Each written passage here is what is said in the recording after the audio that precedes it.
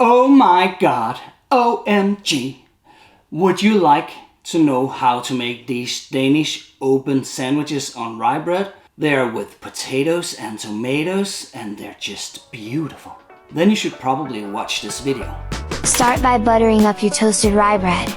You should always toast your rye bread, since it makes it taste so much better. Believe me, it makes a world of difference. Now place the boat cut potatoes in a non-systemic way. It's very important. No system. Grind fresh salt and pepper onto the potatoes, and don't be cheap here. Make it tasty. Top the potatoes with a sufficient amount of mayo, and again don't be cheap. Place the tomatoes on top, and do not push down. It need to be high and light, don't push it. Top off the whole thing with pea shots. Stop. I mean it. Stop. It's the sprouts of the pea plant. It's called that. I looked it up on Google. What the fucks? Doesn't this look delicious?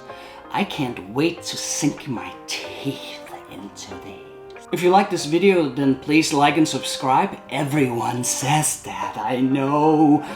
But it actually means a lot. So, see you soon.